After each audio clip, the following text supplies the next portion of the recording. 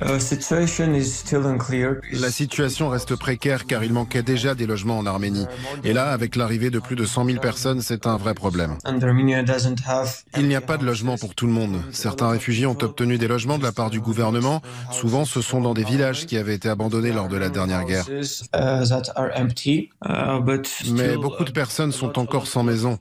Moi, par exemple, je vis pour l'instant chez de la famille, mais c'est une maison sans eau ni chauffage.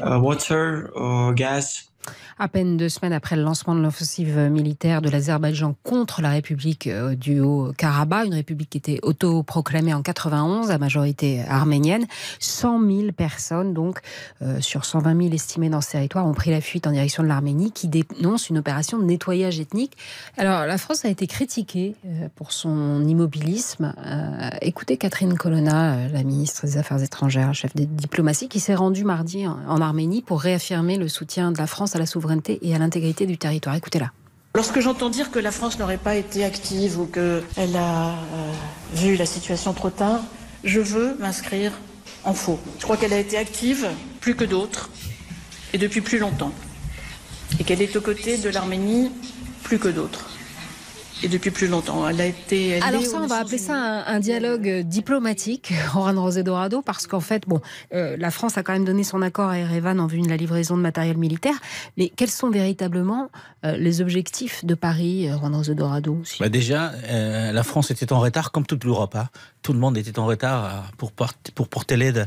Oui, mais comme le disait Richard, il y a Charles Aznavour. Non. Ce que je veux dire, c'est qu'en France, il y a une grosse communauté, une grosse diaspora arménienne, et que donc la France est comment dirais-je, plus impliquée dans la... C'est pour ça qu'il est incompréhensible que la France ait mis autant de temps à réagir. Et ce n'est pas parce que Mme Colonna est allée il y a quelques jours du côté d'Erevan qu'on va trouver des solutions. Ce n'est pas la réunion de M. Scholz, M. Macron avec le Premier ministre ou le président de l'Arménie qui vont trouver des solutions du côté de Grenade. La réalité, c'est qu'effectivement, la France n'a pas su réagir et on attendait plutôt que ce soit la France première à réagir. Mais qu'est-ce que vous voulez qu'elle fasse, la France, Ronan? Ça a été, comme disait Richard, le principal soutien a toujours été la France. Je ne parle plus de Charles Aznavour.